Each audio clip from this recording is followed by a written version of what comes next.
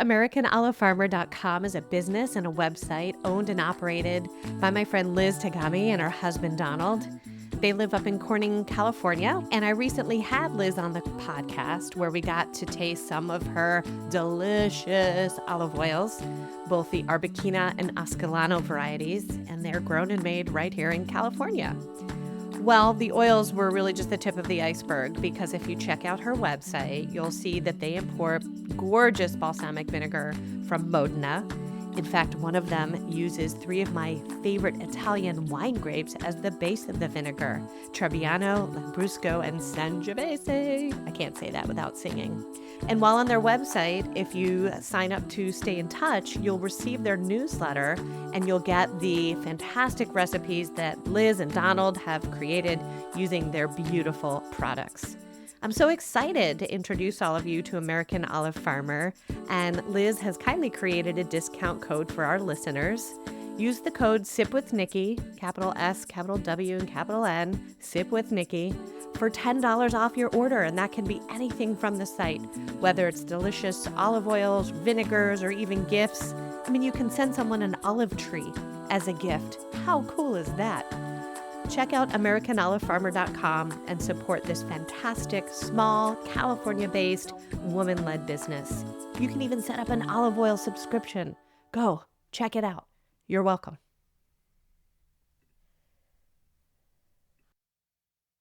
And in front of my eyes, he made his own schmozé. And you know what? No shade, no judgment. Oh, New Jersey friend, you do you. Drink what you like and like what you drink. But that was a first, and that is not typically how rosé is made.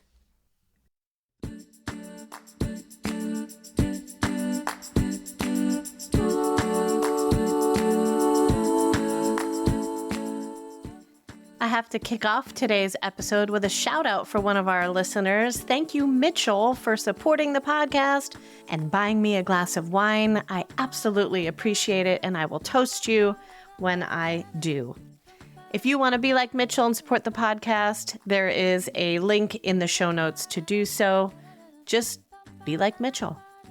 So this week we're getting back to basics. It is me sitting here with a microphone, giving you some rosé wisdom and helping you make sense of something that has become really popular.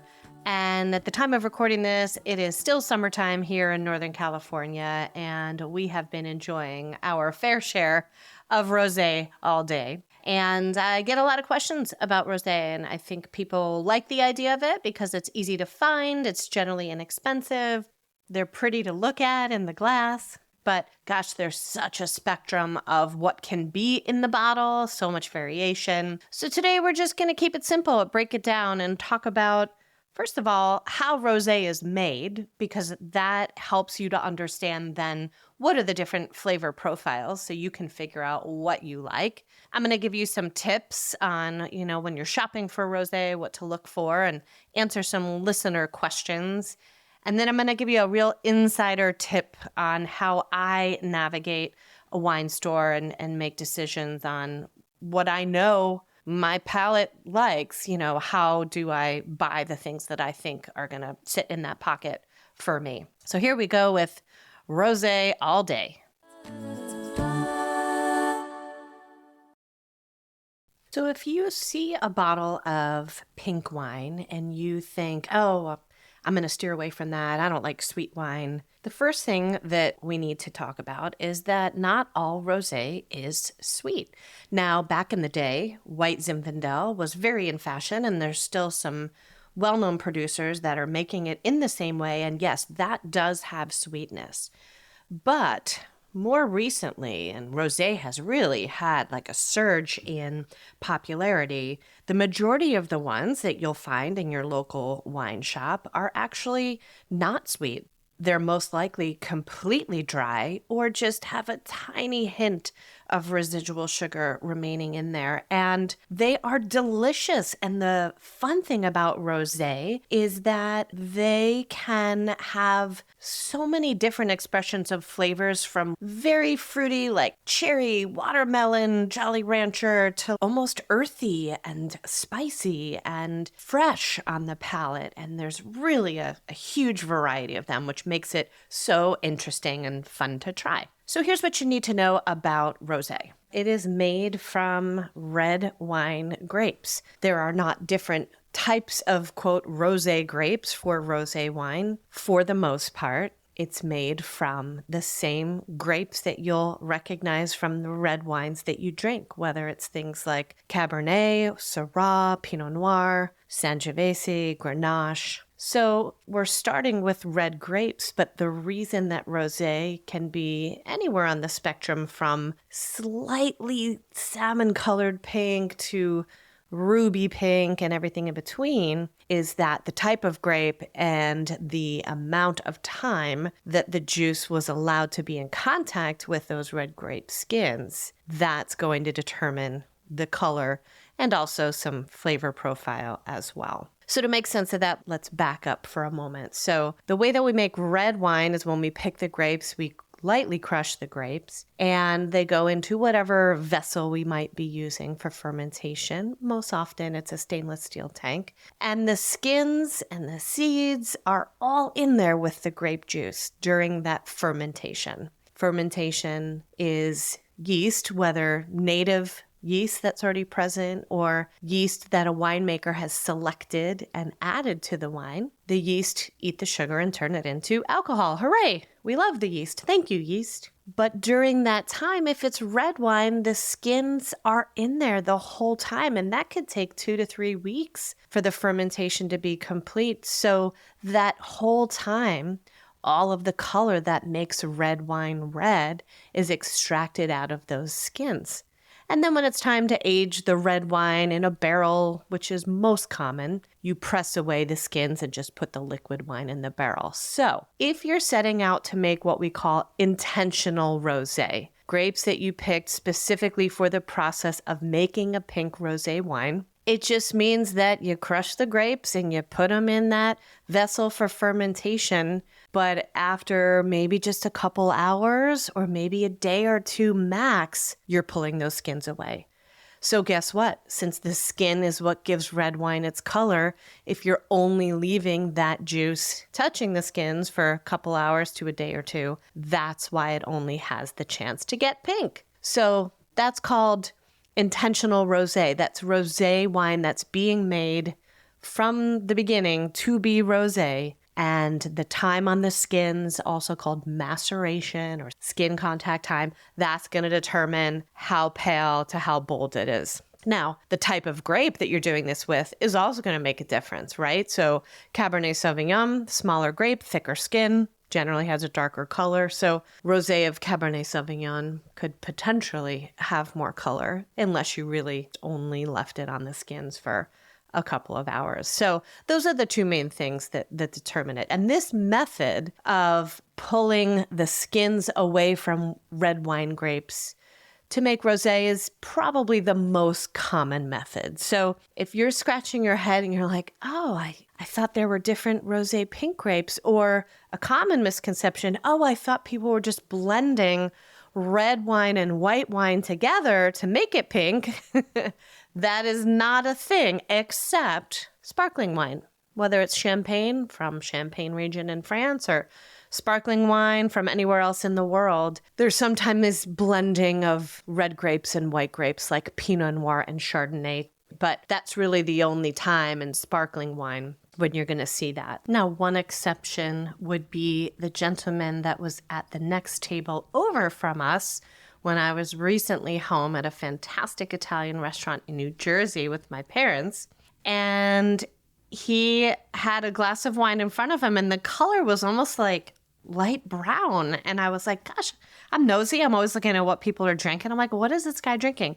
Until I saw him, because this was a BYOB, bring your own bottle to the restaurant, reached down to his Trader Joe's cooler that was on the floor next to him, and pour himself a half a glass of shall not be named white wine, and then poured a red wine that shall not be named into that same glass. And in front of my eyes, he made his own schmosé. And you know what? No shade, no judgment. Oh, New Jersey friend, you do you. Drink what you like and like what you drink. But that was a first, and that is not typically how rosé is made.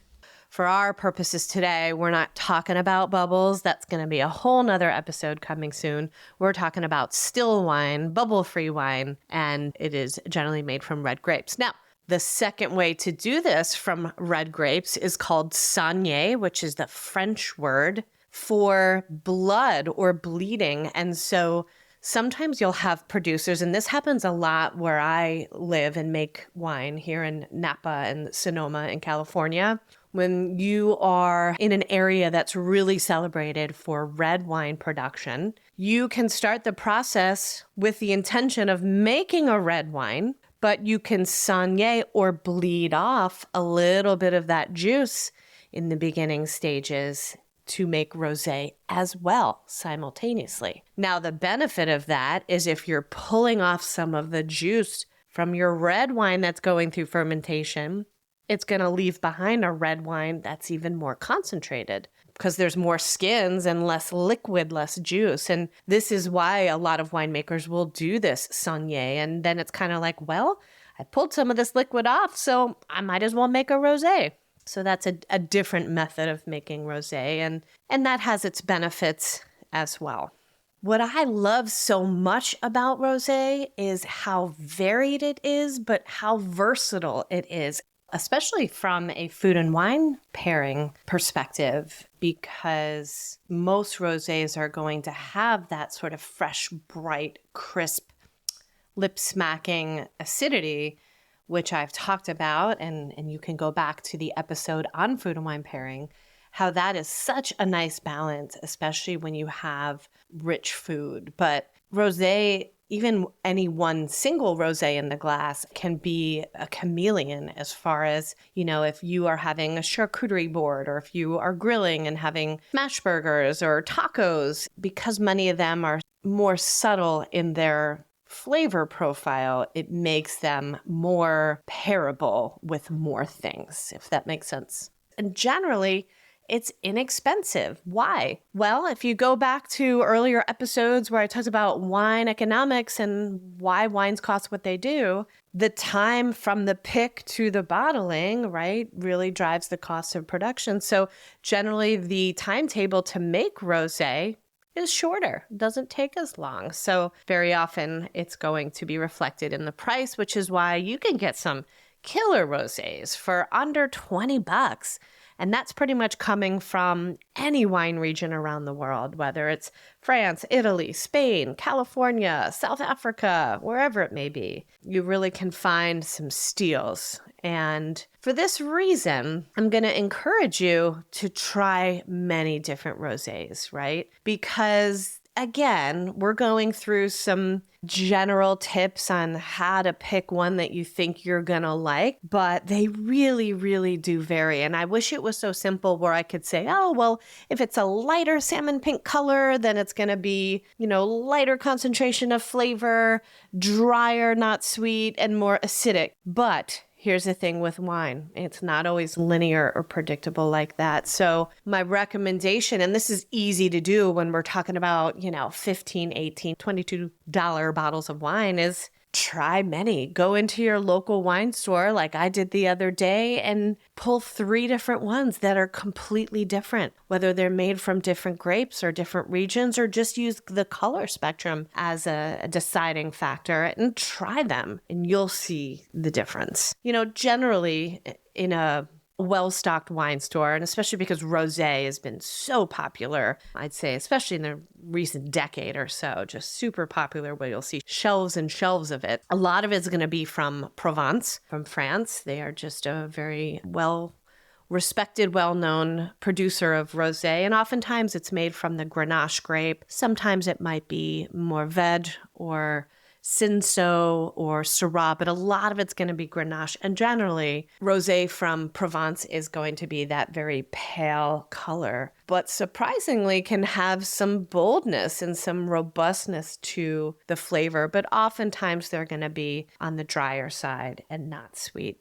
In Italy, they call it Rosato. In Spain, they call it Rosado with a D, just a slight variation. But, the Italians will make beautiful rosato of Sangiovese, Nebbiolo, and even Nerello Mascalese, which if you've listened to the last couple of episodes is one of my new favorite Italian grapes from Sicily, Nerello Mascalese. In fact, I am going to put the link in the show notes for a beautiful rosato of Nerello Mascalese from Sicily that is very reasonably priced. It's a $24 bottle of rosé that won 92-point rating from the Wine Enthusiast. The other nice thing about rosés is that they're usually lower in alcohol. And so what we define as lower in alcohol by today's standards is generally 11 to 13%. That's considered lower alcohol by volume. So it just makes them more approachable, and usually, speaking for myself, but think this is probably popular belief here. Usually we're drinking rosé outside at the barbecue, by the pool, on the boat. So if you really are going for rosé all day, 14 and 15% alcohol by volume will sneak up on you, where 11, 12, and 13% is just going to let you enjoy the lovely, delicate crispness and just be sort of low and slow all day as far as your alcohol content. That's important. There is really a big difference, extrapolated over multiple glasses or a bottle, and 12% alcohol versus 14. It does make a difference. So that's one of the lovely things about it. If you listen to the episode where I just interviewed my friend Tony from Covello Wines in Portugal, he uses the term cheap and cheerful, which I love. And I think that can apply to rosés as well. They usually are cheap and cheerful, inexpensive, and just fun and easy to drink. And that's what we love about it. So we have a listener question. Listener questions. And this is coming from Morgan. And Morgan said, I love rosé, but only some. I like crisp, sometimes a little bit drier and bright. So what regions or words should I be looking for to be sure I'm choosing the one with those characteristics? Well, Morgan, it's an awesome question, and thank you for submitting that. And I wish I just had a very simple answer to give you, but like I said, it really is going to vary by the type of grape, the place where it was grown, and the amount of skin contact time, right? So if you like crisp and drier and bright, again, this is not a rule, but generally speaking, some of those lighter color rosés are generally going to be probably more in your wheelhouse because they're probably made from lighter grapes like Pinot Noir, Grenache, versus Syrah or Cabernet Sauvignon, which will be a little bit deeper in color.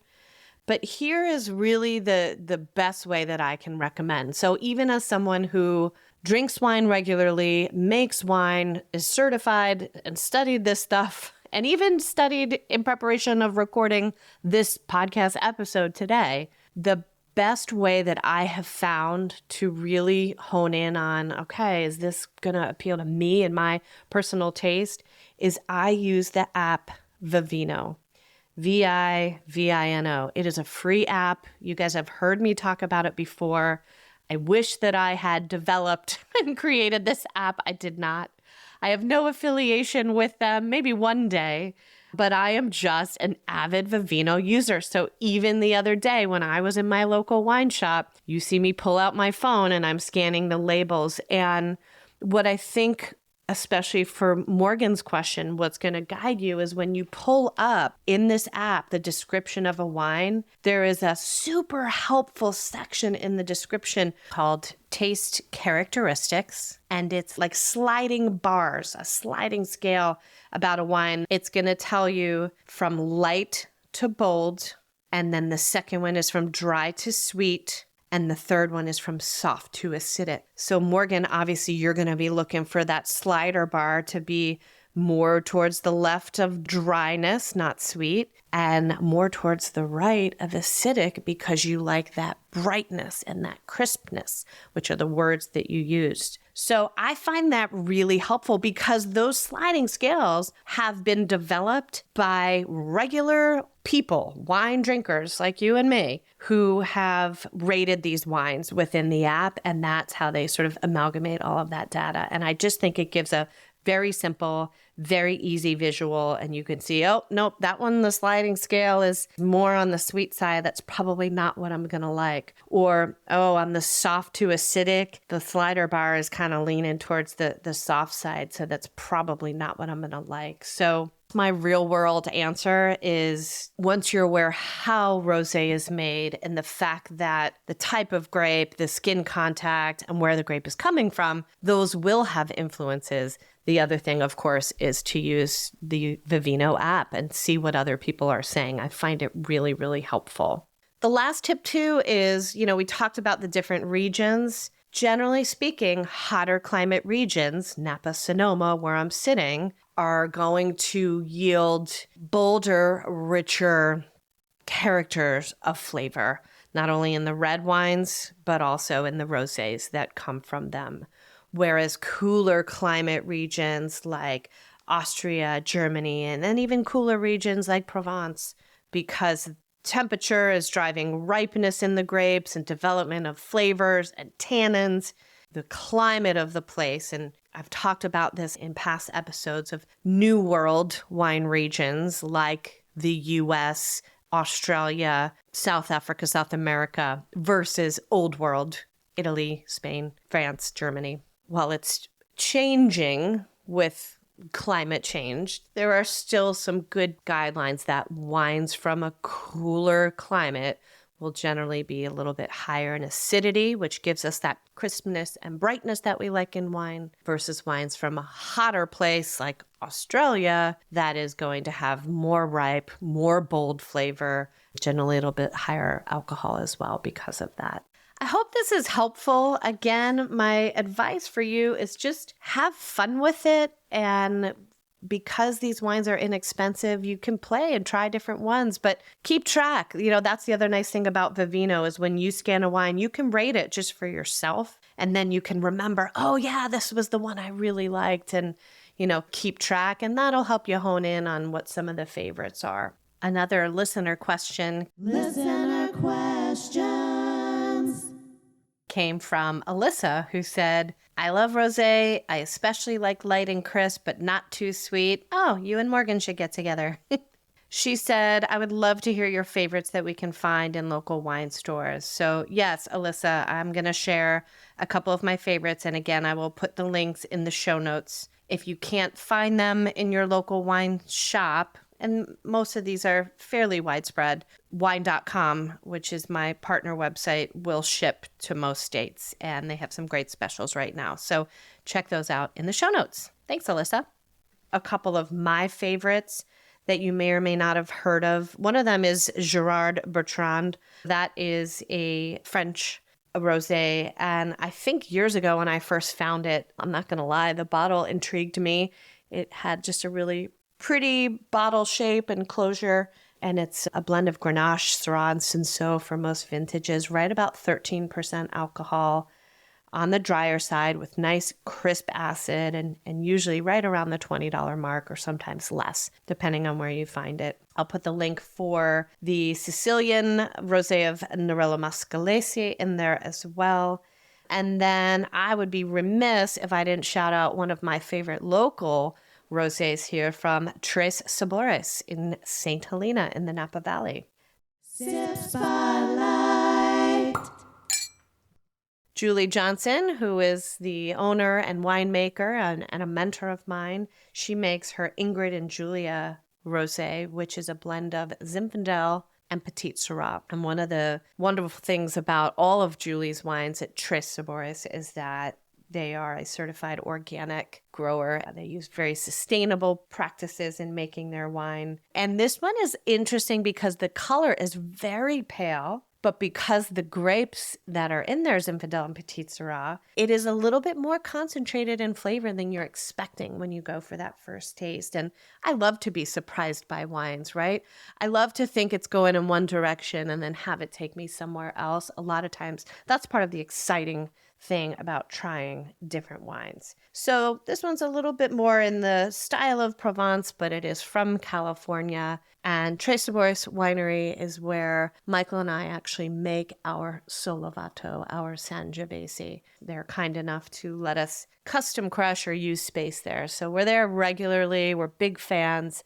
It's the first wine club I ever joined about 15 years ago. And one day when she stops running in a million different directions, the amazing Julie Johnson's going to be a guest on the podcast. So tune in for that one. I hope this was helpful, and I'm excited for you to start your own rosé journey and see what you love. And do me a favor, when you do, send me a note. Let me know, and I'll try it.